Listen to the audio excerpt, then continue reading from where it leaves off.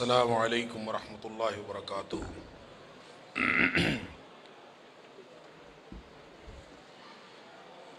الحمد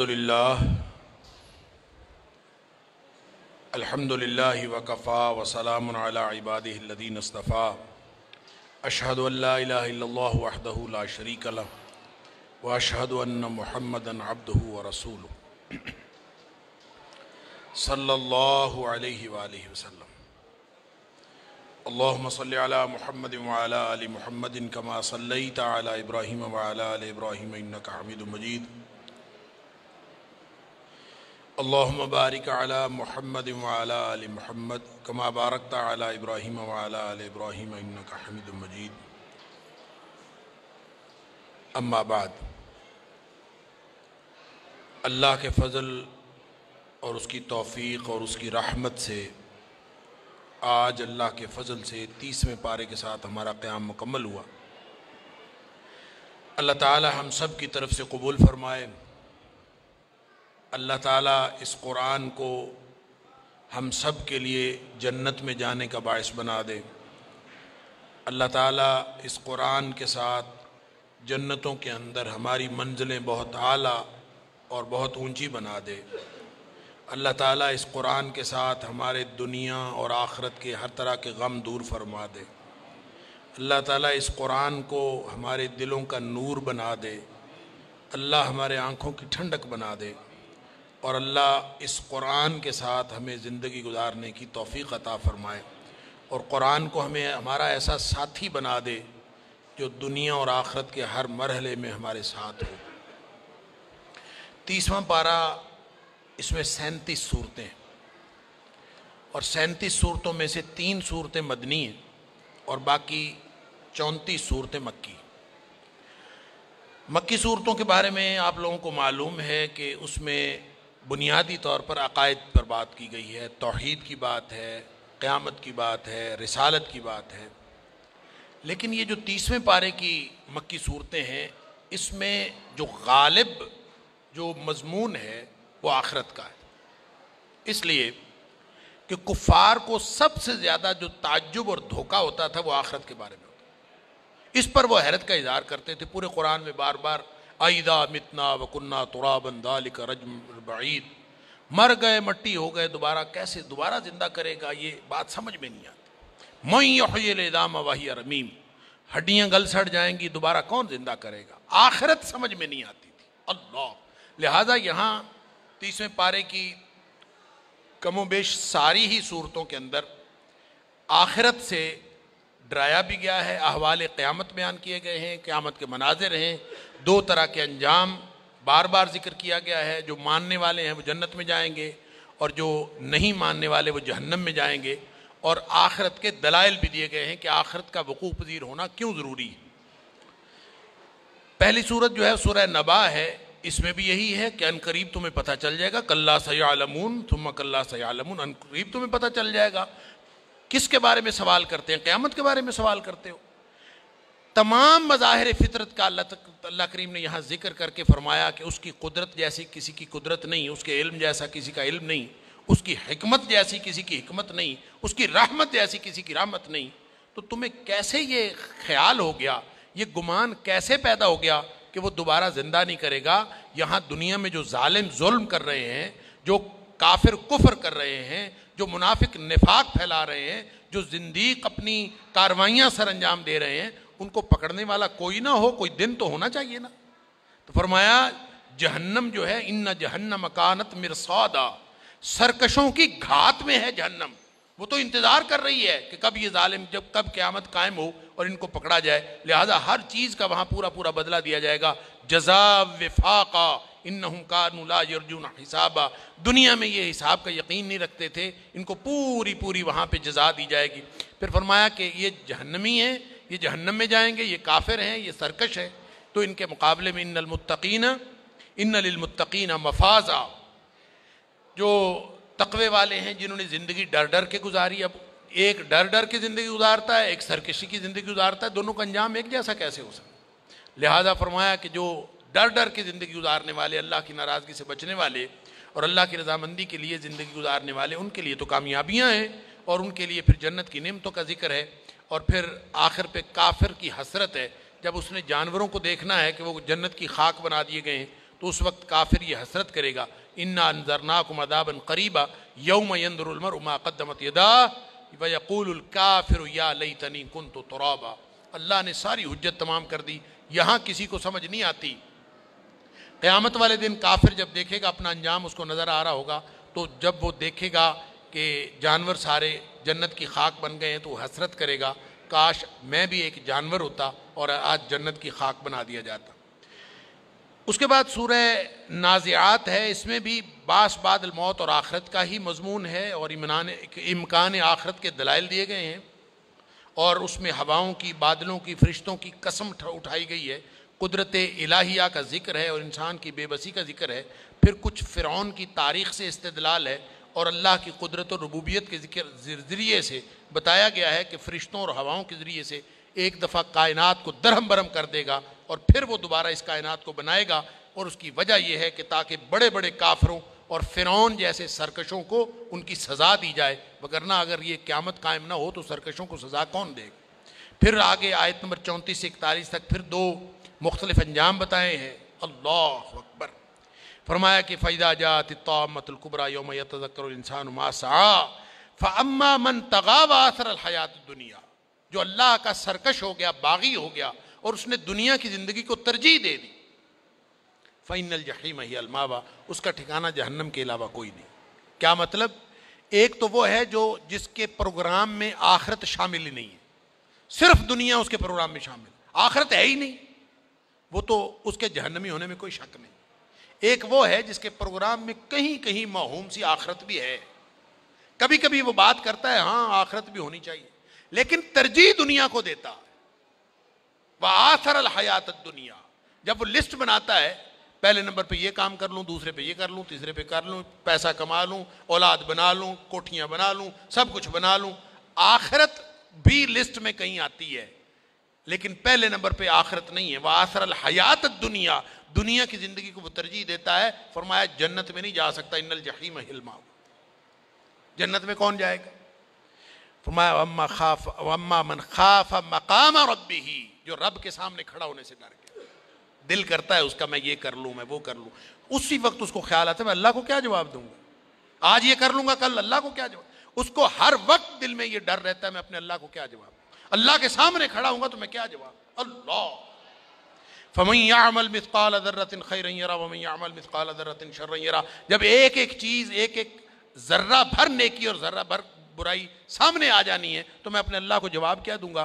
وَنَهَى النَّفْسَ عَنِ الْهَوَىٰ، لہٰذا وہ اپنے خواہشات، اپنے نفس کو خواہشات سے روک لیتا، لگام دے لیتا، نہ بھائی یہ نہیں کرتا، بھائی اتنا کام، زندگی اگر اس طرح سے گزار لی، ادھر جانے کو دل کیا نہیں جانا، ادھر جانے کو دل کیا نہیں جانا، ادھر جانے کو دل کیا نہیں جانا، نَهَى النَّفْسَ عَنِ الْهَوَىٰ، اس کو لگام دے لی۔ فرمایا فَإِنَّ الْجَنَّةَ هِيَ الْمَأْوَىٰ، بس اتنا کر لو، زندگی محدود کر لو اللہ کی رضامندی کے لیے اور اللہ کی ناراضگی سے بچنے کے لیے۔ اور آخر پہ فرمایا سوالات کرتے ہیں قیامت کے بارے میں، یسألونک عن الساعۃ ایان مرساہ، سوال سوال سوال، قیامت کے بارے میں سوال کی ضرورت نہیں ہے، تیاری کی ضرورت ہے۔ سوال کرتے ہیں منافق، سوال کرتے ہیں کافر، مومن صرف تیاری کرتا ہے، مومن ڈرتا ہے موت سے اور موت کے بعد کی زندگی سے، اور اللہ سے وہ سختیوں سے نجات مانگتا ہے، آخرت میں جنت مانگتا ہے اور اللہ کی ناراضگی سے بچنا چاہتا ہے۔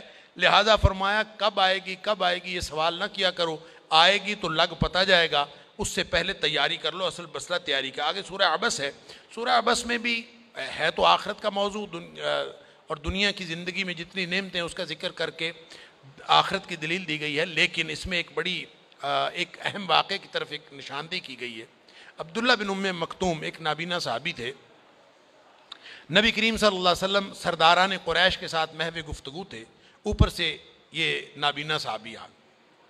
اب نبی کریم صلی اللہ علیہ وسلم سرداروں کے ساتھ گفتگو کر رہے تھے، یہ بیچارے سے صحابی تھے، نبی کریم صلی اللہ علیہ وسلم کی طبیعت پر ناگوار گزرا، کہ اس کی وجہ ہے کہ ظاہر ہے کہ جب آپ سرداروں سے محو گفتگو ہوں تو ایک تو ان کے ظاہری آداب ہوتے ہیں، اور دوسرا نبی کریم صلی اللہ علیہ وسلم کا یہ مطمع نظر ہوتا تھا کہ کسی قوم کا سردار اگر مومن بن جائے نا تو پیچھے پوری قوم مومن بن جاتی. الناس علی دین ملوکہم، لوگ اپنے بادشاہوں کے دین پر ہوتے ہیں. تو نبی کریم صلی اللہ علیہ وآلہ وسلم کے دل میں تھوڑا سا ناگواری ہوئی اور آپ نے چہرے کے اوپر بھی تھوڑی ناگواری کا جیسچر دیے. اللہ نے صورت نازل فرما دی عبس وتولی ان جاءہ الاعمی، کہ نبی کریم صلی اللہ علیہ وسلم ذرا سی تیوڑی چڑھائی اور ذرا سا رخ پھیرا. کیوں؟ ایک نابینا صحابی آیا.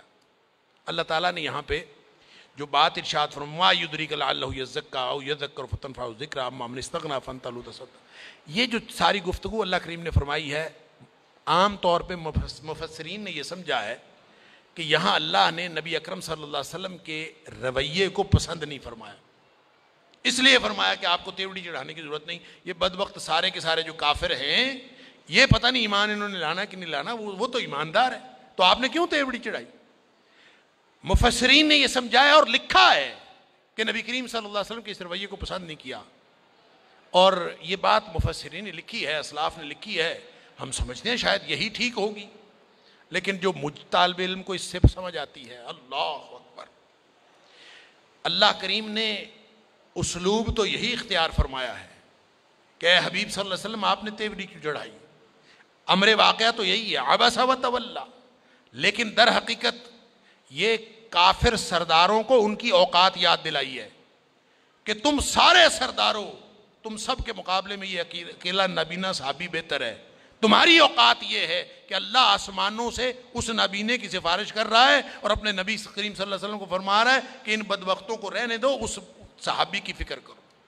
گویا ان کو اوقات بتائی گئی ہے. نبی کریم صلی اللہ علیہ وسلم کو کوئی ڈانٹ نہیں پلائی گئی، نبی کریم صلی اللہ علیہ وسلم کے رویے کے اوپر کوئی نقد نہیں کیا گیا، نبی کریم صلی اللہ علیہ وسلم کے رویے کے اوپر کوئی تنقید نہیں ہے. یہ اصل میں ان کو ان کی اوقات دلائی ہے. صرف خطاب نبی کریم صلی اللہ علیہ وسلم کو ہے کہ آپ نے تیوڑی چڑھائی ہے نا، تو اصل میں ان سارے بدبختوں کے مقابلے میں وہ اکیلا بہتر ہے. یہ اصل میں عبداللہ بن ام مکتوم کی فضیلت بیان نہیں ہوئی، یہ ایمان کی فضیلت ہے. جس کو اللہ تعالیٰ ایمان عطا فرما دیتا ہے، وہ لنگڑا ہو، وہ لولا ہو، وہ اندھا ہو، وہ جیسا بھی ہو، وہ سارے سرداروں سے ہر ایک سے بہتر ہو جاتا ہے. وہ بخاری کی حدیث آپ نے سنی ہوگی کہ نبی کریم صلی اللہ علیہ وسلم ایک دفعہ تشریف فرما تھے، ایک آدمی پاس سے گزرا. آپ نے کسی سے پوچھا ہے کون ہے؟ اس نے کہا کہ یہ کوئی سردار ہے کسی بستی کا، اور بڑا جناب اس کے ساتھ باڈی گارڈ بھی ہوں گے، گھوڑے والے بھی ہوں گے. انہوں نے کہا جی یہ بڑا کرنے والا ہے، جو بندہ اس کی بات کہیں بات کرے لوگ فوراً اس کی بات سنتے ہیں، یہ کہیں نکاح کا پیغام بھیجے لوگ فوراً رشتہ دینے کے لیے تیار ہوتے ہیں، اس کی تو بڑی مانتا ہے، لوگ بڑی بات اس کی سنتے ہیں. نبی کریم صلی اللہ علیہ وسلم خاموش. تھوڑی دیر کے بعد ایک اور گزرا. حدیث کے الفاظ ہیں ہوا من فقراء المسلمین، مسلمانوں کا ایک بڑا نمانا سا آدمی بیچارہ سا گزرا. اللہ اکبر. پوچھا نبی کریم صلی اللہ علیہ وسلم یہ کون ہے؟ اس نے بتایا یہ مسلمانوں میں سے فقراء المسلمین، ایسے فقیر سا ہے، لیکن اس کا سماجی مقام و مرتبہ بھی کوئی نہیں، اس کے گھر والے اس کی بات نہیں سنتے، یہ سفارش کرے اس کی سفارش قبول نہیں ہوتی. اللہ، کہیں سے رشتہ مانگے اس کو کوئی رشتہ دینے کے لیے تیار نہیں، لیکن ہے مومن. نبی اکرم صلی اللہ علیہ وسلم نے یہ نہیں فرمایا کہ یہ شخص اس پہلے والے شخص سے بہتر ہے، یہ نہیں فرمایا. فرمایا ہذا خیر من ملء الارض ہذا، وہ جو پہلے شخص گزرا ہے اس جیسے لوگوں کی زمین بھری ہوئی ہو، ان سب سے یہ اکیلا بہتر ہے. تو یہ دراصل یہ سورہ عبس کے اندر اللہ تعالیٰ نے سرداروں کو ان کی اوقات بتائی ہے کہ تم سارے سردار اکٹھے ہو کے آ جاؤ، ابن ام مکتوم اکیلا تم سب سے بہتر ہے. اس کے بعد سورہ مطففین ہے، اس میں اخلاق کا عقیدہ آخرت سے تعلق ثابت کیا گیا ہے، اور جو بے ایمانی اور بددیانتی ہے اس پر گرفت کی گئی ہے. اور دراصل یہ بتایا گیا کہ بے ایمان لوگ وہ ہوتے ہیں جو ناپ تول میں کمی کرتے ہیں، جو دھوکہ کرتے ہیں، جو فراڈ کرتے ہیں، دراصل وہ بے ایمان ہوتے ہیں، ان کا آخرت پر ایمان نہیں ہوتا. اور آخرت پر اگر جن کا ایمان ہوتا ہے وہ ایسی حرکتیں نہیں کرتے. اور بے ایمان لوگ دینے کے اور لینے کے اور، ان کے تول، ان کے باٹ، ان کے ناپ، ان کی ہر چیز مختلف ہوتی ہے، اس لیے کہ وہ آخرت پر یقین نہیں رکھتے. پھر اسی لیے آخرت پر سزا کے اسباب بتائے ہیں. اور اس کے بعد سورہ انشقاق ہے. سورہ انشقاق میں بھی قیامت اور آخرت اور محاسبے کا ذکر ہے. محنتی اور مشقتی انسان، اللہ اکبر، یا ایھا الانسان انک کادح الی ربک کدحا فملاقیہ. اللہ، کہ اگلی منزلوں کا تصور کرو کہ ہر انسان کو محنتی اور مشقتی پیدا کیا اللہ تعالیٰ نے. اب یہ ہو نہیں سکتا کہ انسان اور مشقت نہ کر رہا ہو، چاہے ویلا بیٹھا ہو نا، کوئی کسی نہ کسی مشقت میں ہوتا ہے، کسی نہ کسی مصیبت میں ہوتا ہے. اللہ نے بنائی قادر ہے اس کو، لیکن اس کا یہ جو محنت کا سفر ہے، یہ محنت رکی ہوئی نہیں ہے، اس کی محنت کا سفر جاری ہے. قدحن الی ربک، یہ رب کی طرف جا رہا ہے. یا ایھا الانسان انک قادح الی ربک قدحا فملاقیہ. یہ سفر اس وقت جا کے رکے گا جب رب کے ساتھ ملاقات ہو جائے گی. پھر دو انجام ہیں، کچھ کو دائیں ہاتھ میں اعمال نامہ ملے گا، کچھ کو بائیں ہاتھ میں اعمال نامہ ملے گا. یہاں بائیں ہاتھ میں نہیں فرمایا، دائیں ہاتھ میں جن کو ملے گا وہ تو خوشی سے دو لوگوں کو بتاتے پھریں گے یہ دیکھیں ہم کامیاب ہو گئے. دوسروں کو جو 29ویں پارے میں تو بتایا تھا کہ بائیں ہاتھ میں کچھ لوگوں کو اعمال نامہ ملے گا، یہاں فرمایا کہ وراء ظہرہ، ان کو اعمال نامہ بائیں ہاتھ میں نہیں ملے گا بلکہ پیٹھ پیچھے سے دیا جائے گا، پشت سے دیا جائے گا. بعض نے اس کی تشریح یہ کی ہے کہ ان کو دبر سے دیا جائے گا، اور بعض نے اس کی تشریح یہ کی ہے کہ ان کے جو یعنی یہ ان کے لیے رسوائی کی ایک علامت ہے کہ ان کی طرف دیکھا بھی نہیں جائے گا اور ان کو پیچھے سے پکڑا دیا جائے گا. اور بعض نے کہا ہے اس کا جسم پیچھے سے چیر کے اور اس کو آگے پکڑایا جائے کہ یہ لو تم لے جاؤ. یہ رسوائی کی مختلف علامتیں اللہ تعالیٰ معاف فرمائے. سورہ بروج ہے، اس کے بعد سورہ بروج میں نبی کریم صلی اللہ علیہ وسلم اور صحابہ کی ہمت افزائی کی گئی ہے اور صبر کی تلقین کی گئی ہے، اور ساتھ یہ بتایا گیا ہے کہ ایمان لانے کے بعد آزمائشوں سے گزرنا پڑتا ہے. اس سے پہلے ایک سابقہ کہانی بتائی ہے، اصحاب الاخدود کا ایک واقعہ ہوا تھا. فرمایا کہ ان کے ساتھ بھی یہ سارا کچھ ہوا ہے. وما نقموا منہم الا ان یؤمنوا باللہ العزیز الحمید. ان بیچاروں کا قصور کیا تھا؟ جن کو گڑھے کھودوا کے اس میں آگ جلا کے اس میں گرا دیا گیا. کس قصور کے سبب؟ وما نقموا منہم الا ان یؤمنوا باللہ العزیز الحمید. ان کا صرف قصور یہ تھا کہ انہوں نے ایمان کا اظہار کیا تھا اللہ پر. اللہ، ایمان لانا اس دھرتی پر جرم ٹھہرا. اللہ اکبر. ظالم ظلم کرتے ہیں صرف اس لیے کہ یہ ایمان والے ہیں. جابر جبر کرتا ہے، فرعون اپنی فرعونیت دکھاتا ہے، ساری دنیا کے جبابرہ ایمان والوں کے دشمن ہو جاتے ہیں. تو فرمایا کہ پریشانی کی کوئی بات نہیں ہے، ایک دن آنے والا ہے جس دن اللہ تعالیٰ نے سارے فیصلے کرنے ہیں. آگے سورہ الطارق ہے. الطارق ستارے کو کہتے ہیں، روشن ستارے کو. تو گویا نبی اکرم صلی اللہ علیہ وسلم کو اس میں بھی آپ کو تسلی دی گئی ہے. اور حقیر قطرہ آپ سے پیدا ہونے والا انسان جو فضیلتوں میں جس کو اللہ تعالیٰ نے پیدا تو اسی سے انسان ہوتا ہے، لیکن ہر شخص کا انجام مختلف ہے. اسی سے پتہ حقیر قطرہ آپ سے پیدا ہونے والا انسان، اس کی حیثیت بھی وہی ہے جو آسمان ستارے بالا تر ہستی کی نگرانی میں چل رہے ہیں. انسان بھی بالا تر ہستی کی نگرانی میں چل رہا ہے. اللہ اکبر. تو جو ساری کائنات کو پیدا کرنے پر قادر ہے وہی انسان کو پیدا کرنے پر قادر ہے، اور انسان کو دوبارہ پیدا کرنے پر بھی قادر ہے. لہٰذا پہلی دفعہ جو پیدا کیا ہے اس کا تقاضا یہ ہے، عدل کا تقاضا یہ ہے کہ دوسری دفعہ وہ اس کو پیدا کرے. لہٰذا ایک دن وہ پیدا کرے گا، یوم تبلی السرائر. جس دن وہ پیدا کرے گا نا اس دن پھر سارے راز باہر آ جائے. یہاں سب چھپے ہوئے ہیں. فراڈیا چھپا ہوا ہے، چور چھپا ہوا ہے، منافق چھپا ہوا ہے، دھوکے باز، جھوٹا، ہر شخص زانی، بدکار، سب چھپے ہوئے ہیں. وہاں یوم تبلی السرائر سب باہر آ جائے گا. اللہ تعالیٰ معاف فرمائے. اور اس دن پھر فرمایا قرآن جو ہے قول فیصل ہے، کافروں کو مہلت ملی ہوئی ہے، اس مہلت سے فائدہ اٹھا لیں. آگے سورۃ الاعلیٰ ہے. سورۃ الاعلیٰ میں نبی اکرم صلی اللہ علیہ وسلم کو یہ نصیحت ہے اور اہل ایمان کو کہ تسبیح و تذکیر جاری رکھیے. اہل خشیت جن کے دل میں اللہ کی عظمت ہے وہ ضرور فائدہ اٹھائیں گے، اور دنیا ان کے راستے میں حائل نہیں ہو سکتی، اور بدبخت جہنمی ہی ہیں جو آپ کی دعوت سے فائدہ نہیں اٹھاتے. اور پھر آگے کامیابی کا اصول دیا ہے. سن لیجئے، گھروں میں کامیابی، گھروں میں پریشانیاں ہیں، گھروں میں دکھ ہیں، بیماریاں ہیں. کوئی کہتا ہے جادو ہے، کوئی کہتا ہے نظر ہو گئی ہے، کوئی کچھ کہتا ہے ہزار قسم کے مسائل ہیں مغلوبیت میں. یہاں اللہ نے کامیابی کا اصول بتا دیا. قد افلح من تزکا وذکر اسم ربہ فصلی. دیکھ لیجئے، 3 کام جس نے کر لیا نا وہ کامیاب. قد افلح من تزکا وذکر اسم ربہ فصلی. ایک تو یہ ہے کہ پاکیزگی، عقیدے کی پاکیزگی، ظاہری پاکیزگی، گھر کی پاکیزگی، یہ اس کو مینٹین کر لیں. غسل اور وضو کا طریقہ صحیح کر لیں اور پاکیزگی بہترین کر لیں. عقیدہ بھی پاک ہو، جسم اور گھر سب کچھ پاک ہو. اور دوسری بات یہ کہ نماز پڑھتے ہوں، گھر میں 10 سال سے بڑا کوئی بے نمازی نہ ہو. 10 سال سے چھوٹے بچے ہیں ان کو بھی سکھانی ہے، ان کو بھی، لیکن 10 سال سے بڑا اس کی نحوست پڑتی ہے. اور تیسرا علاج ہے اللہ کا ذکر. اللہ کے ذکر کی کوئی حد نہیں ہے. صبح و شام کے اذکار سے شروع کریں. نماز اقیم الصلاۃ لذکری، خود نماز اللہ کا ذکر ہے، لہٰذا صبح و شام کے اذکار، موقع بموقع دعائیں، یہ سب کر لیں تو انشاءاللہ گھر سے ہر طرح کی بیماریاں، پریشانیاں، جادو، حسد، شریروں کا شر سب ختم ہو جائے گا انشاءاللہ. آگے سورہ غاشیہ ہے، اور سورہ غاشیہ میں بھی ایک ڈراوا ہے کہ ایک چھا جانے والی قیامت جو پوری عالم پر چھا جائے گی. اس دن محنت کر کر کے تھکے ہوئے لوگ بھی جہنم میں جائیں گے. اللہ عاملۃ ناصبہ، محنت کر کر کے تھکے ہوئے ہوں گے لیکن جہنم میں جائیں گے. تصلا نارا حامیہ، جہنم ان کو لے لے گی. اللہ تعالیٰ معاف فرمائے. کیوں؟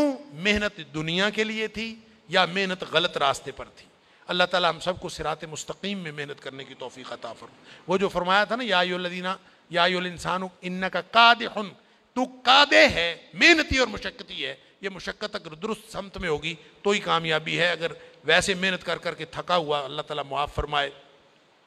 پھر فرمایا غور کرو، اونٹ کو پیدا کرنے والا، آسمان کو پیدا کرنے والا، زمین اور پہاڑ بنانے والا قادر مطلق، کیا ہے وہ اس ننھی منی مخلوق انسان کو دوبارہ پیدا کرنے پر قادر نہیں ہے؟ یعنی یہ تم نے کیسے سوچ لیا؟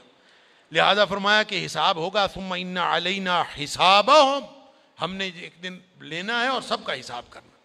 یہ وہ بات ہے جس کے جواب میں بعض احادیث کے اندر آتا ہے، نبی کریم صلی اللہ علیہ وسلم پڑھا کرتے تھے اللہم حاسبنی حسابا یسیرا. ویسے تو نبی پاک صلی اللہ علیہ وسلم کا فرمان ہے جس کا حساب شروع ہو گیا نا، من نوقش عذب، جس کا حساب شروع ہو گیا وہ پکڑا گیا. اللہ، وہ چھوٹ نہیں سکتا. اس کی وجہ ہے کہ دیکھیں حساب ہم دے کیسے سکتے ہیں؟ آج کے دن کا حساب ہم سے کوئی لینا شروع کر دے، صبح سے لے کر اب تک کیا کیا دیکھا، کیا کیا سنا، زبان سے کیا کچھ کہا، قدم کہاں کہاں پڑے، اللہ اکبر، کیا کیا کھایا، کیا کیا پیا، آج کا حساب ایک دن کا نہیں دے سکتے. ساری عمر کا حساب کیسے دے سکتے ہیں؟ اللہ. اس لیے حساب تو جس کا شروع ہو گیا وہ تو پکڑا گیا.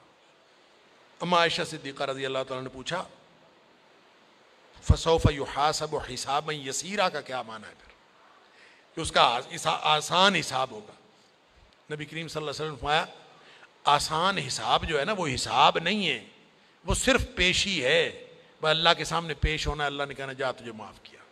اللہ تعالیٰ ہم سب جب کہنا ہے نا اللہم حاسبنی حسابا یسیرا، اللہ ہمارا حساب آسان کر دے، تو ذہن میں یہ رکھنا ہے انشاءاللہ بغیر حساب کتاب کی جنت ملنی ہے انشاءاللہ.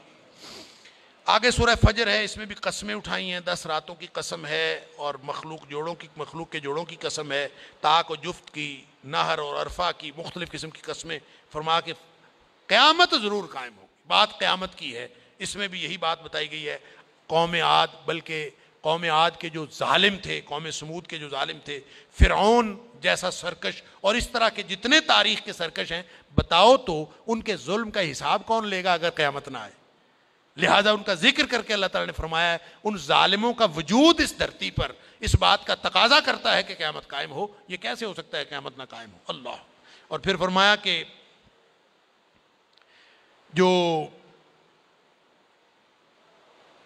جو شخص دنیا میں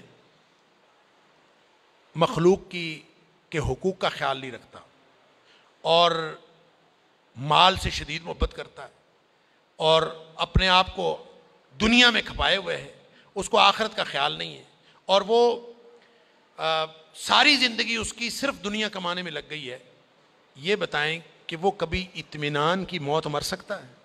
اطمینان کی موت وہی مرے گا جس کا مطمع نظر آخرت ہو. ایک حدیث میں آتا ہے نبی اکرم صلی اللہ علیہ وسلم نے فرمایا جو یہ پسند کرتا ہے نا، من احب لقاء اللہ احب اللہ لقاءہ، جو شخص پسند کرتا ہے کہ اس کی ملاقات اللہ کے ساتھ ہو، اللہ بھی پسند کرتا ہے کہ اس کے ساتھ اس کی ملاقات. اور جس کو یہ پسند ہی نہیں ہے کہ اس کی اللہ کے ساتھ ملاقات ہو، اللہ بھی نہیں پسند کرتا اس کے ساتھ ملاقات. لہٰذا جس کو پسند ہے کہ میری ملاقات اللہ سے ہو، وہ ہر وقت موت کی تیاری کرتا ہے نا. وہ تو کپڑے سونے پہنے گا، وہ تو اپنا عقیدہ صحیح رکھے گا، اپنا دل صاف کرے گا، اندر سے برتن دھوئے گا، باہر سے دھوئے گا، وہ اپنے آپ کو پاکیزہ رکھے گا، اپنے خیال پاکیزہ رکھے گا، اپنی سوچیں پاکیزہ رکھے گا. کیوں؟ اس نے اللہ سے ملاقات کرنی ہے، وہ تو اللہ سے ملاقات کے لیے تیاری پکڑ رہا ہے. تو آپ یہ بتائیں کہ جب موت آئے گی تو وہ مطمئن نہیں ہوگا تو اور کیا ہوگا؟ اس لیے اس کو کہا جائے گا ارجعی الی ربک راضیۃ مرضیہ، جا اطمینان یا ایھا النفس المطمئنہ، اے نفس مطمئنہ تو اب راضی خوشی اپنے رب کی طرف چلا جا۔ اب یہ راضی خوشی رب کی طرف جانا یہ اتنا بڑا فرق ہے، ایک طرف ساری زندگی کی محنت ضائع ہو گئی، اور جو ہی موت آنی ہے یہ الگ الگ سفر ہو جانا ہے، بلکہ موت آنے سے پہلے ہی ہو جانا۔ یہ جو یا ایھا النفس المطمئنہ، یہ جو قرآن نے صدا بتائی ہے، نبی پاک صلی اللہ علیہ وسلم بتایا، برا بن عازر رضی اللہ تعالیٰ عنہ راوی ہیں، مسند احمد کی حدیث ہے، لمبی حدیث ہے۔ نبی اکرم صلی اللہ علیہ وسلم نے فرمایا جب موت آتی ہے نا تو ظاہری طور پر یہاں ہم جو دیکھ رہے ہوتے ہیں موت ساری ایک جیسی ہے، لیکن وہ جو بندہ بھگت رہا ہوتا ہے نا اس کو دو طرح کی موت آ رہی ہوتی، کافر اور منافق کی موت اور طرح کی ہے، مومن کی موت اور طرح کی۔ اللہ تعالیٰ ہمیں بھی اطمینان والی اور ایمان والی موت نصیب فرمائے۔ فرمایا کافر اور منافق کو وہی ملک الموت جو جان نکالنے کے لیے آیا ہوتا ہے وہ جہنم سے کفن لے کے آیا ہوتا ہے، اس کے کان میں، ابھی وہ ادھر ہی لیٹا ہے دنیا میں، تو اس کے کان کے پاس آ کے کہتا ہے ایھا النفس الخبیثہ، اے ناپاک روح نکلو، اخرجی الی سخط من اللہ وغضب، اللہ کی ناراضگی اور اللہ کا غصہ تیرا انتظار کر رہا۔ اللہ اکبر۔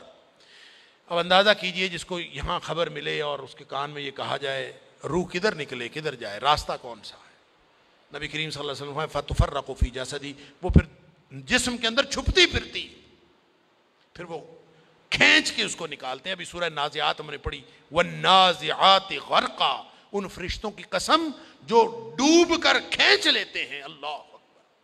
یہ ایک جان نکلنے کا تصور ہے۔ فرمایا پھر وہ اس طرح فینزعہ، اس طرح وہ کھینچ کر نکالتے ہیں، وہ چھپتی جو پھرتی ہے اس کو پھر وہ کھینچ کر نکالتے ہیں۔ کما ینزع السفود من الصوف المبلول، جیسے گیلی اون میں لوہے کی گرم گرم سلائی رکھ دی جائے، وہ جس طرح اون اس کے ساتھ چمٹ جاتی ہے، اس کو کھینچا جائے تو جیسے وہ تار تار ہو جاتی ہے، اس طرح فرشتے کھینچ کے اس کی نکالتے ہیں۔ دوسری طرف وہ ہے جو مومن، جس نے ساری زندگی اللہ سے ملاقات کی امید میں گزاری، جس نے ساری زندگی اللہ کی ناراضگی سے بچنے کی کوشش میں گزاری اور اللہ کی رضامندی حاصل کرنے کی کوشش میں گزاری۔ جب اس کو موت آتی ہے تو فرمایا فرشتہ آ کے اس کے کان میں کہتا ہے، بھائی ادھر پڑا ہوتا ہے ایھا النفس الطیبہ، اے پاکیزہ روح اخرجی، نکلو، الی مغفرۃ من اللہ ورضوان، اللہ کی مغفرت اور اللہ کی رضامندی تیرا انتظار کر رہی۔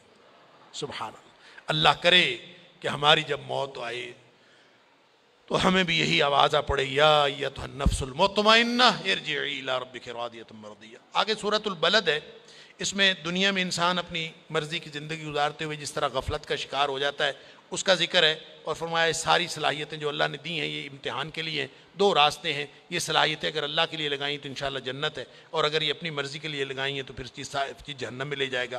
اس کے بعد سورہ شمس ہے، اس میں اللہ تعالیٰ نے قسمیں اٹھائی ہیں، جس طرح سورج، چاند، دن رات، زمین آسمان ایک دوسرے سے مختلف اور اثرات کے اعتبار سے مختلف ہیں، اسی طرح نفس انسانی کی کیفیات بھی مختلف،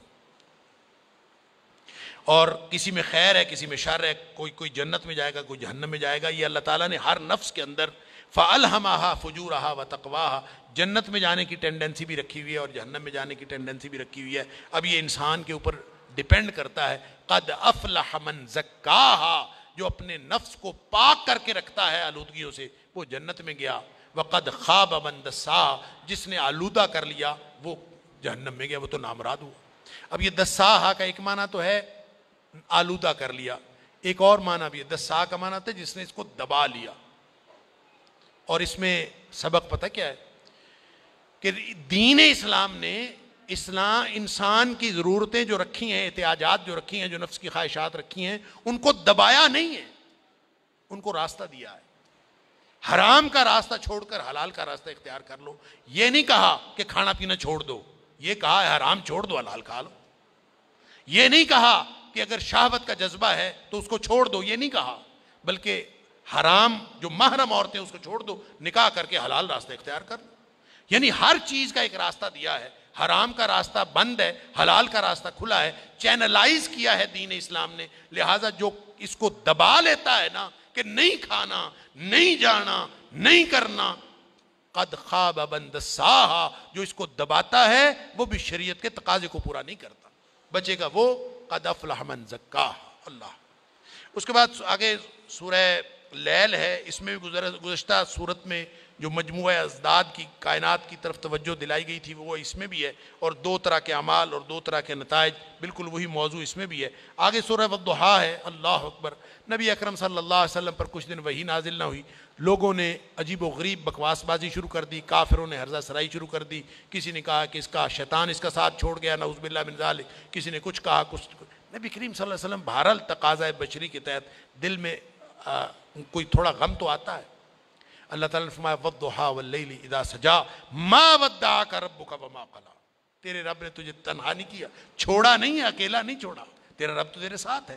وَلَلْآخِرَةُ خَيْرٌ لَكَ مِنَ الْأُولَىٰ، بعد والی زندگی تیری پہلے سے بہتر ہے۔ وَلَسَوْفَ يُعْطِيكَ رَبُّكَ فَتَرْضَىٰ، قریب اللہ آپ کو وہ کچھ عطا کرے گا کہ آپ خوش ہو جائیں گے۔ سبحان اللہ۔ آپ گزشتہ زندگی کو دیکھیں، جب آپ کو راستہ نہیں پتا اللہ نے راستہ بتایا، جب آپ کے پاس کچھ نہیں تھا اللہ تعالیٰ نے آپ کو غنی کر دیا، ہر چیز تو اللہ تعالیٰ نے آپ کو دی ہے۔ اچھا یہ جو صورت ہے نا، یہ والی اور اس سے آگے سورہ الم نشرح، سورہ انشراح، یہ دونوں صورتیں حالت غم میں، ڈپریشن میں، نفسیاتی کیفیت میں، انسان جب بالکل پریشانی میں ہو، دکھ میں ہو، یہ دونوں صورتیں دکھوں کا مداوا ہے۔ کبھی اس کو غور سے بیٹھ کے اکیلے پڑھا کریں، اس کے معنوں پہ غور کر کے، جس طرح نبی کریم صلی اللہ علیہ وسلم کو خطاب ہے ایسے ہی پوری امت کو خطاب ہے کہ اللہ نے کب چھوڑا ہے ہمیں؟ ہر چیز سے مایوس ہو جاؤ، ایک اللہ کی رحمت سے مایوس نہیں ہونا، اس نے نہیں چھوڑا۔ آگے سورہ 3 ہے، اس میں اللہ تعالیٰ نے اس میں بھی 4 قسمیں، انجیر کی قسم، زیتون کی قسم، طور پہاڑ اور مکہ شہر کی، اور اس میں بھی امکان آخرت کے دلائل ہیں عقلی اور نقلی، اور بتایا کہ انسان وہی ہے جس کو اللہ تعالیٰ نے بہترین بنایا، اپنے کردار سے یہ بدترین بن جاتا ہے، بہترین بن کے یہ جنت الفردوس لے سکتا ہے، اور بدترین بن کے یہ جہنم کی گہرائیوں میں جا سکتا ہے۔ اس لیے اسفل بننے سے، بدترین بننے سے بچنے کا ایک ہی طریقہ ہے، وہ کیا ہے؟ الا الذین آمنوا وعملوا الصالحات، ایمان لا کر نیک عمل کرو اور اس راستے پر چل پڑو۔ آگے سورہ اقرا، یہ پہلی صورت ہے، پہلی وحی جو نازل ہوئی نزول کے اعتبار سے، اقرا بسم ربک الذی خلق، یہ 5 آیتیں یہ سب سے پہلے نازل ہوئی تھیں، اور ان 5 آیتوں میں اقرا، رب، انسان، علمہ اور خلق، یہ 5 آیتیں ہیں، اور 5 ہی کلمات ایسے ہیں جن کی تکرار ہے۔ ایک اقرا 2 دفعہ ہے، رب 2 دفعہ ہے، انسان 2 دفعہ ہے، علمہ 2 دفعہ ہے، اور خلق 2 دفعہ ہے۔ اس سے ایک کہانی بنتی ہے، پوری زندگی کا فلسفہ بنتا ہے، پورے قرآن کی ہدایت کا فلسفہ بنتا ہے۔ کیا کہ وہ علم پڑھنا چاہیے جو انسان، یعنی انسان کو اللہ نے اس لیے پیدا کیا ہے کہ یہ وہ کچھ پڑھے جو اس کو اپنے رب کے ساتھ ملا دے۔ لہذا علم وہ ہے جو رب کے ساتھ ملا دے، جو علم رب سے دور کرے وہ علم نہیں ہے۔ لہذا کار نبوت سے آگاہی، نبوی منہج کی تعلیم دی گئی ہے، اور سرکشوں کو تنبیہ کی گئی ہے آیت نمبر 6 سے آخر تک۔ اور اس میں ایک واقعہ اس کے پس منظر میں ہے کہ ایک دن نبی کریم صلی اللہ علیہ وسلم، اکثر آپ مسجد حرام میں جا کے نماز پڑھتے تھے، تو ابو جہل نے کہا کہ آئندہ میں نے اس کو زمین پہ سر رکھ کے سجدہ کرتے دیکھا تو میں اس کی گردن پر پاؤں رکھ کے اس کو کچل دوں گا، اس کی گردن کچل دوں گا۔ اس نے قسم اٹھائی، اور پھر وہ ایک دن نبی کریم صلی اللہ علیہ وسلم نماز پڑھ رہے تھے تو یہ بدبخت اسی ارادے سے آیا، اور قریب آیا، اور ابھی آ رہا تھا تو ایک دم پیچھے بھاگا۔ سارے کافر دیکھ رہے تھے کہ اب یہ جا کے پتہ نہیں کیا کرے گا، تو ایک دم یوں کر کے اس نے جیسے کوئی چیز اس کو پکڑ رہی تو بھاگا، اور خوف زدہ ہو کے ان کے پاس چلا گیا کہ کوئی آگ سی تھی جو مجھے آگے سے روک رہی تھی، اور خوف زدہ ہو کے پیچھے آ گیا۔ اللہ تعالیٰ نے یہاں فرمایا ہے کہ اگر وہ آگے بڑھتا تو فرشتے اس کو چیر پھاڑ کے رکھ دیتے۔ اللہ اکبر۔ آگے سورۃ القدر ہے، انا انزلناہ فی لیلۃ القدر، جس قرآن کے نزول سے رات اتنی عظیم ہو گئی ہے، وہ قرآن کتنی عظمت والا ہوگا۔ لہٰذا جس نے عظمت حاصل کرنی ہے وہ اس قرآن کے ساتھ جڑ جائے۔ راتیں عظیم ہیں، یہ مہینہ عظیم ہے، وہ نبی عظیم ہے جس کو قرآن ملا، وہ فرشتہ عظیم ہے جو قرآن کے نزول کا باعث بنا، ہر وہ چیز عظیم ہے جو قرآن سے جڑ گئی۔ لہٰذا تم بھی قرآن سے جڑ جاؤ، اس سے بڑی جڑنے کی چیز اور کوئی نہیں۔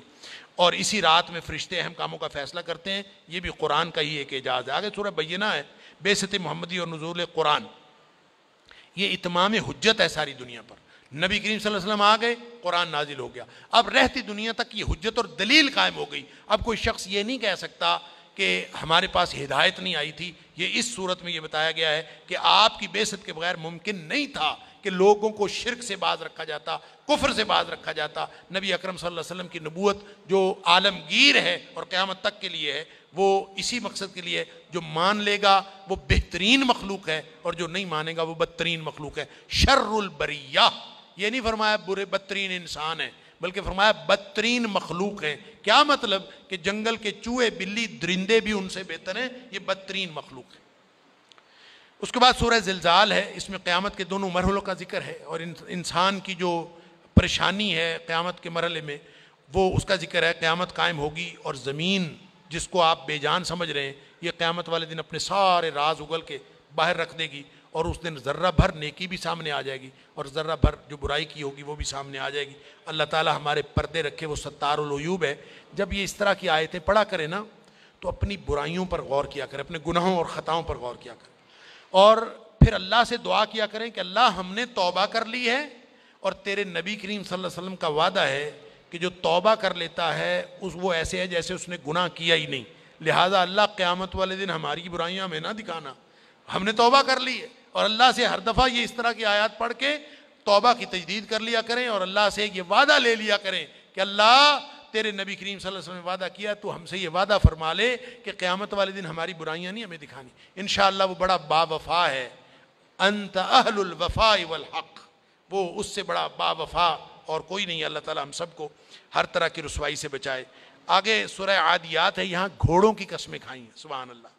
گھوڑوں کی وہ باتیں جو باقی جانوروں سے مختلف ہیں، والعادیات ضبحا فالموریات قدحا، اللہ اکبر۔ کوئی بھی جانور اتنا با وفا اور وفادار نہیں ہوتا جتنا گھوڑا اپنے مالک کا وفادار ہوتا۔ جنگ کے اندر جہاں تلواریں چل رہی ہوں، آگ کے جو ہے ایک دوسرے کی طرف سے الاؤ پھینکے جا رہے ہوں، اس وقت بھی گھوڑا اپنے مالک کا ساتھ نہیں چھوڑتا۔ اس لیے جنگوں کے اندر اس کو تو فرمایا کہ گھوڑا اتنا وفادار ہے اپنے مالک کا، تو اے انسان تو اپنے مالک کا کتنا ناشکرا ہے۔ ان الانسان لربہ لکنود، اللہ اکبر، یہ اپنے رب کا ناشکرا ہے، لہٰذا اپنے مالک کے فرما بردار اور شکر گزار بنو، اپنے انجام پر غور و فکر کرو۔ سورۃ القاریہ ہے، یہ بھی قیامت کے حادثے کا ذکر ہے، بڑا ہی لڑکھڑا دینے والا بہت ہی عظیم حادثہ ہوگا، اور اس کی شدت کا ذکر ہے۔ لوگ منتشر پروانوں کی طرح ہوں گے، پہاڑ روئی کے گالوں کی طرح اڑ رہے ہوں گے، وہاں بھی کامیابی اسی سے ہے۔ فَأَمَّا مَنْ ثَقُلَتْ مَوَازِينُهُ فَهُوَ فِي عِيشَةٍ رَاضِيَةٍ، جن کی نیکیاں بڑھ گئیں وہ کامیاب ہو جائیں گے، اور جن کی برائیاں بڑھ گئیں اللہ معاف فرمائے وہ پھر جہنم میں جائیں گے۔ آگے سورہ التکاثر ہے، الہاکم التکاثر، تمہیں غفلت میں ڈال رکھا ہے تکاثر ہے۔ یہ تکاثر پتہ کیا ہے؟ تکاثر کا مطلب ہے ایک دوسرے سے زیادہ لینے، کثرت مال کی جو حوث ہے نا اس نے، اللہ اکبر، ایک دوسرے سے بڑھ کر۔ ہم تکاثر سمجھتے ہیں صرف مال میں ہے، حالانکہ اللہ تعالیٰ نے کب کہا ہے تکاثر صرف مال؟ ہر چیز میں دوسرے سے آگے بڑھ جانے کی جو حوث ہے وہ تکاثر ہے۔ حتیٰ کہ علم میں بھی لوگوں کو یہ ہوتا ہے نا، میں علمی بات کروں، میرے پاس علم زیادہ ہے، میری نیکی زیادہ ہے، میرا دین زیادہ ہے، میری ٹور زیادہ ہے، میری چودر زیادہ ہو، میرا مال زیادہ ہو، میری کوٹھی بڑی ہو، یہ ساری چیزیں تکاثر میں آتی سوائے اس کے جس کا مقصد اللہ کو راضی کرنا۔ اگر اللہ کو راضی کرنا مقصد ہے تو پھر علم بھی، پھر دین بھی، پھر نیکی بھی، پھر نمازیں بھی، پھر زیادہ زیادہ پڑھیں۔ پھر جب آپ نے فائدہ دوسروں سے لینا ہی نہیں تو ساری دنیا بھی دیکھ رہی ہو، ریاکاری کا خیال بھی نہیں آتا۔ ریاکاری یہ نہیں ہے کہ لوگ دیکھ رہے ہوں، ریاکاری یہ ہے کہ جب انسان کو لوگ دیکھ رہے ہوں تو انسان کے دل میں یہ خیال آئے کہ مجھے کچھ نہ کچھ فائدہ ہو جائے گا ان سے۔ جب یہ خیال نہ آئے تو ساری دنیا بھی دیکھ رہی ہو تو وہ ریاکاری نہیں بنتی۔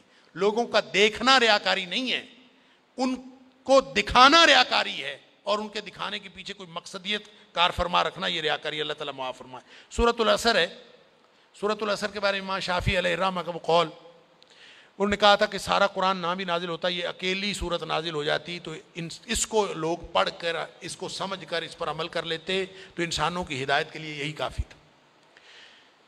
والعصر ان الانسان لفی خسر، زمانے کی قسم ہے ہر انسان گھاٹے میں، لہذا آپ کیلکولیٹ کر لو، ان الانسان لفی خسر، سب گھاٹے میں ہیں، صرف یہ چند بچیں گے، کون؟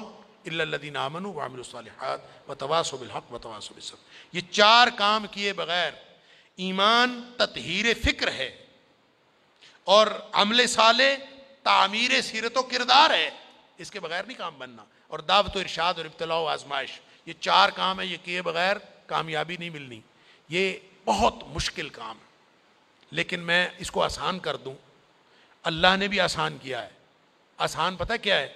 کہ جب پتہ چل گیا ادھر خسارہ ہے اور ادھر منافع ہے، پتہ تو چل گیا نا، تو جس دن پتہ چل گیا کہ ادھر خسارہ ہے اور ادھر منافع ہے، تو منافع والی طرف قدم اٹھا لینا، باقی سارا کام اس کا ہے۔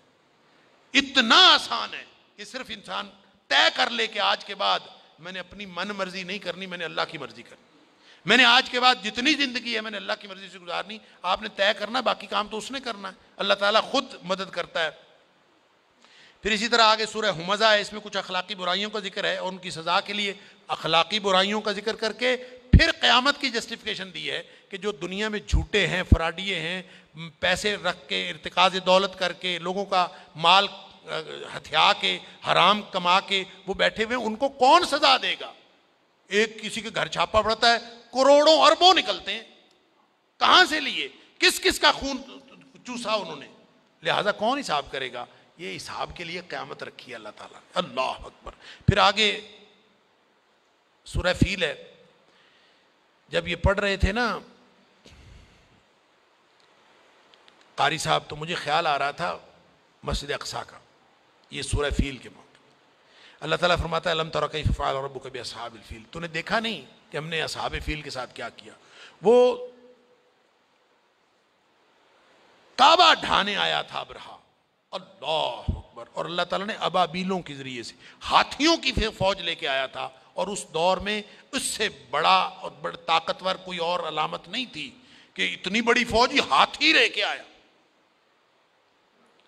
اور اللہ تعالیٰ نے فرمایا کہ ابرہہ جب کعبہ ڈھانے آیا تھا تمہارے 360 بت کچھ نہیں کر سکے، اللہ نے معمولی ابابیلوں سے اس کا سارا لشکر کا ستیہ ناش کر۔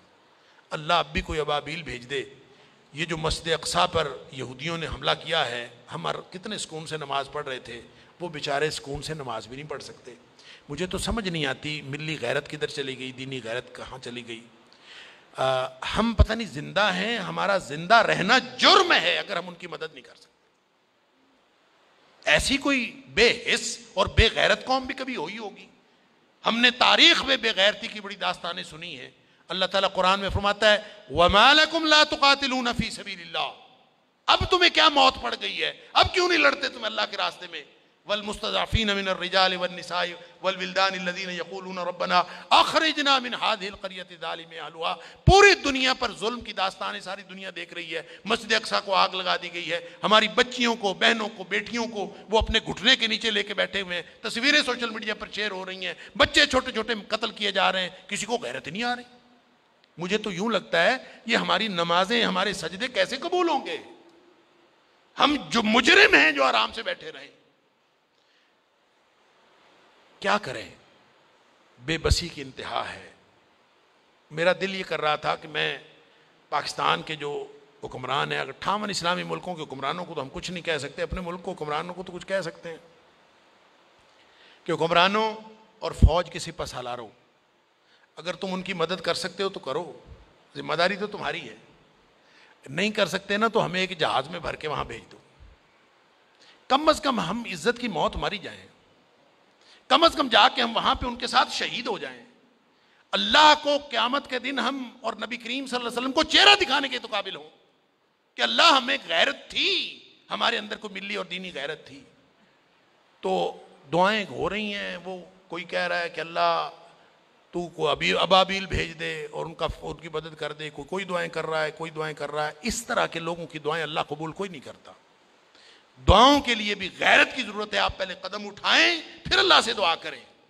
وہ بیچارے ساری ساری رات وہ لڑتے ہیں ان کے سامنے، دعا تو ان کی ہے، اور اللہ نے یہ آزمائش میں سمجھتا ہوں ان کی نہیں ہے، وہ تو جنتی ہیں، وہ تو انشاءاللہ بخشے ہوئے ہیں۔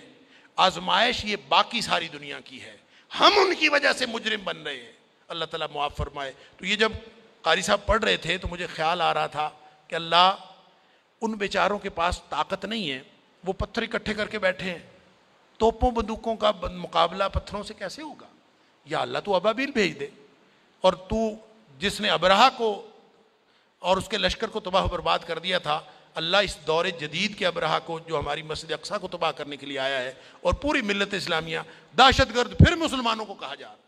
بدبخت پوری دنیا میں بدترین دہشت گردی کرتے ہیں اور پھر بات کرتے ہیں مسلمانوں کی دہشت گردی کرتے ہیں. میں تو سمجھتا ہوں پورے 58 اسلامی ملکوں کو اعلان جنگ کر دینا چاہیے, لڑتے لڑتے مر جانا چاہیے. اس زندگی سے وہ موت بہتر ہے. ہم نے کیا کیا ہوا ہے؟ کیسی زندگی, کیسا دین, کیا کلمہ پڑھا ہوا ہے ہم نے, کیسی قرآن کی باتیں, کیا قرآن کے دروس. ہم یہاں سکون سے بیٹھے ہیں, پنکھے چل رہے ہیں, موج میلہ پانی پینے کو مل رہا ہے, نماز آرام سے پڑھ رہے ہیں, سجدے آرام سے کر رہے ہیں, وہاں ہماری بہنیں بیٹیاں لٹ رہی ہیں. کہاں گئی غیرت ہماری؟ انا للہ و انا الیہ راجعون. مجھے تو یوں لگتا ہے کہ شاید یہ ہمارے آرام سکون سے کیے ہوئے سجدے بھی کہیں جرم نہ بن جائیں. اللہ تعالی ہم سب کو معاف فرمائے. آگے سورہ قریش ہے, اور سورہ قریش میں بھی اللہ تعالیٰ نے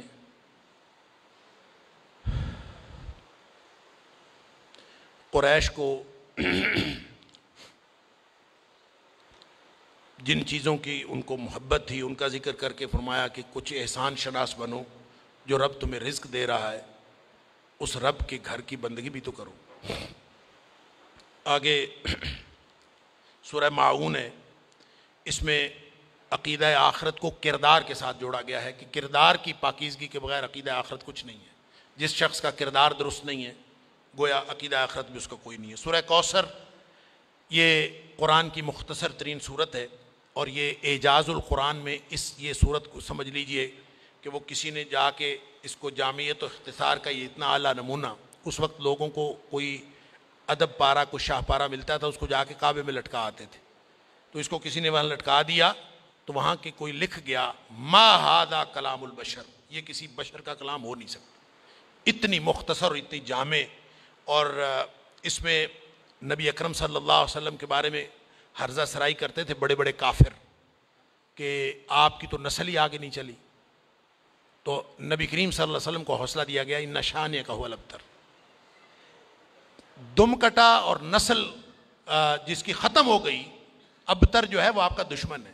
لہٰذا آج دیکھ لیجئے نبی اکرم صلی اللہ علیہ وسلم کے نام لیوا پوری دنیا میں موجود ہیں, کوئی خطہ ایسا نہیں ہے, اور ان کے دشمن جو ہیں اپنی موت آپ مر چکے ہیں.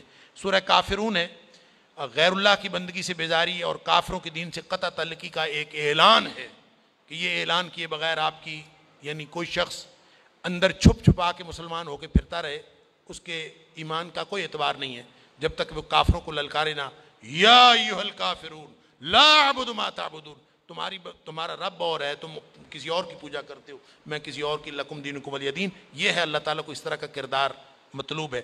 فرمایا اذا جاء نصر اللہ والفتح. آگے سورہ نصر ہے, کہتے ہیں کہ جب یہ سورہ نصر نازل ہوئی ہے تو صحابہ سمجھ گئے کہ مشن مکمل ہو گیا. یہ سورت نازل ہونے سے فسبح بحمد ربک واستغفرہ, جب یہ حکم آیا تو عائشہ صدیقہ رضی اللہ تعالیٰ عنہ فرماتی ہیں یہ آخری دنوں میں یہ صورت نازل ہوئی ہے. اس کے بعد نبی کریم صلی اللہ علیہ وسلم اکثر تسبیح اور استغفار فرمایا کرتے, اور اس صورت کے نازل ہونے پر ابو بکر صدیق رضی اللہ عنہ رونا شروع ہو گئے. لوگ حیران ہوئے کہ اس میں تو خوشخبری ہے کہ وَرَأَيْتَ النَّاسَ يَدْخُلُونَ فِي دِينِ اللَّهِ أَفْوَاجًا, کہ اب فوجوں کی فوجیں دین میں داخل ہو رہی ہیں. لیکن حضرت ابو بکر صدیق رضی اللہ تعالیٰ چونکہ دانائے راز نبوت تھے, وہ فرماتے ہیں مشن مکمل ہو گیا ہے, لگتا ہے نبی اکرم صلی اللہ علیہ وسلم کا واپسی کا وقت آ گیا. آگے سورہ لہب تبت یدا ابی لہب وتب. اللہ اکبر. جیسے قرآن میں مختلف قرآن کے اعجاز ہیں, یہ سورت بھی قرآن کا اعجاز ہے. ابو لہب چچا تھا نبی کریم صلی اللہ علیہ وسلم کا, اور جو چچی تھی وہ بھی نبی کریم صلی اللہ علیہ وسلم کے دشمن اور چچا بھی دشمن. قرآن نے دونوں کے لیے تبت یدا ابی لہب وتب, ابی لہب کے دونوں ہاتھ ٹوٹ گئے اور وہ ہلاک ہو گیا, اور وامرأتہ حمالۃ الحطب, اس کی بیوی بھی جو ایندھن اٹھانے والی, یہ بھی جو گویا دونوں جو ہیں یہ جہنمی ہیں. یہ قرآن نے کب خبر سنائی؟ دونوں زندہ تھے, دونوں کی زندگی میں فرمایا کہ یہ ہلاک ہونے والے اور بدبخت جہنمی. یہ قرآن کا اعجاز دیکھیے کہ ابھی ان کے پاس زندگی باقی تھی, سانسیں باقی تھی, توبہ کی گنجائش باقی تھی. وہ قرآن کو جھوٹا ثابت کرنے کے لیے بھی توبہ نہیں کر سکے. یعنی دشمن ہے, دشمن کوئی نہ کوئی چال چل سکتا ہے.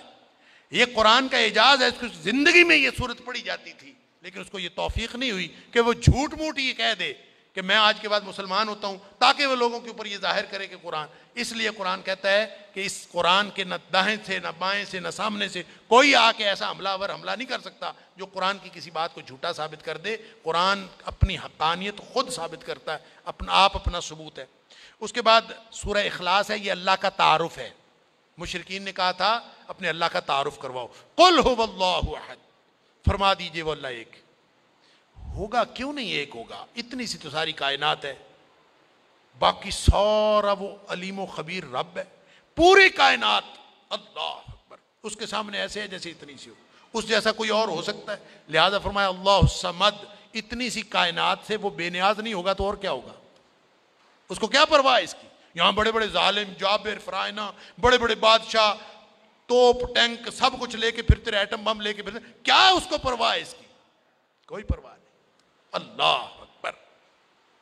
لم یلد ولم یولد ولم یکن لہ کفوا احد، نہ اس نے کسی کو جنا ہے نہ خود جنا گیا ہے. اوپر بھی کوئی نسل نہیں ہے، نیچے بھی کوئی نسل نہیں ہے، برابری پہ بھی کوئی نہیں ہے، اس کا تعارف ہے.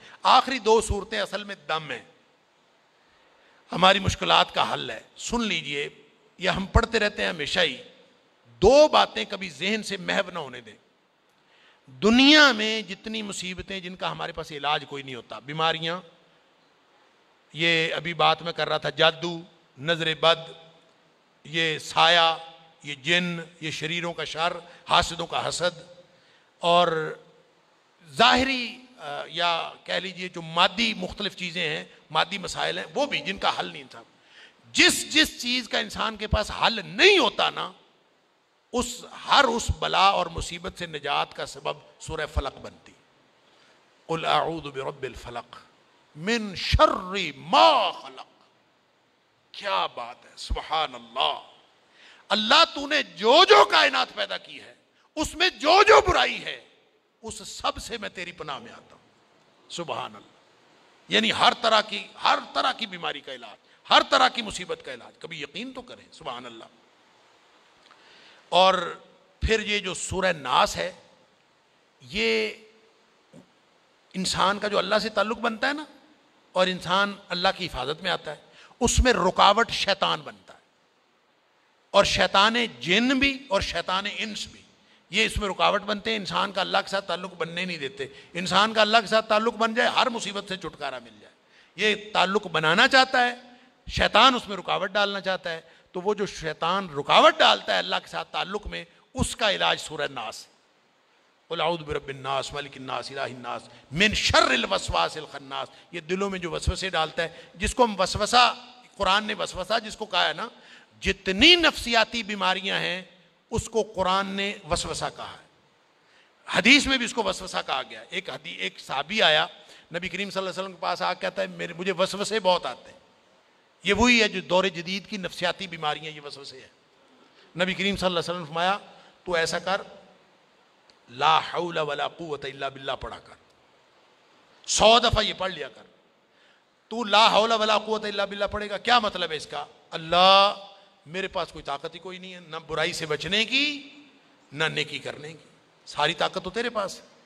جب اللہ کے سامنے بے بسی کا اظہار کر دیا تو سارا کچھ تو اس کے ہاتھ میں ہو گیا نا، آپ نے اس کے سپرد کر دیا. نبی کریم صلی اللہ علیہ وسلم فرمایا تو یہ پڑھا کر، تیرے نفسیاتی بیماریاں بھی دور ہو جائیں گی، یعنی وسوسے بھی دور ہو جائیں گے. آپ نے فرمایا تیرے وسوسے بھی دور ہو جائیں گے، اور اس کے علاوہ بھی تیرے 100 مسئلے اللہ حل کر دے. اللہ تعالی ہم سب کو قرآن سے جڑنے کی توفیق عطا فرمائے. سن لیجئے، ہمارے سارے مسائل کا حل قرآن کے ساتھ جڑنے سے. نبی اکرم صلی اللہ علیہ وسلم ایک دن گھر سے باہر تشریف لائے، صحابہ بیٹھے ہوئے تھے. آپ نے فرمایا ابشروا ابشروا، صحابیوں خوش ہو جاؤ. خوشی کی خبر، ابشروا، کیا خبر ہے؟ خبر یہ ہے کہ ان ھذا القرآن سبب، یہ قرآن رسی ہے، طرفہ بید اللہ و طرفہ بایدیکم، اس کا ایک سرا اللہ کے ہاتھ میں ہے، ایک سرا تمہارے ہاتھ میں ہے. لہذا جس نے اللہ سے جڑنا ہے وہ قرآن سے جڑنا ہے. سبحان اللہ. فرمایا فتمسکوا بہ، اس کے ساتھ جڑ جاؤ. 2 گارنٹیاں ہیں، لن تضلوا ولن تہلکوا بعدہ ابدا. 2 گارنٹیاں نبی کریم صلی اللہ علیہ وسلم دی. فرمایا اس سے جڑنے کے بعد، اب ظاہر ہے اس کا مطلب اللہ سے جڑ گئے، ایک تو گمراہی سے نجات مل گئی ہمیشہ کے لیے، کبھی گمراہ نہیں ہوگے، وَلَن تَهْلِكُوا بَعْدَهُ أَبَدًا، دنیا اور آخرت کی بربادی سے بھی نجات مل گئی، کبھی برباد نہیں ہوگے۔ اللہ تعالی ہم سب کو قرآن سے جڑنے اور کما حقہ جڑنے کی توفیق عطا فرمائے۔ وآخر دعوانا الحمدللہ۔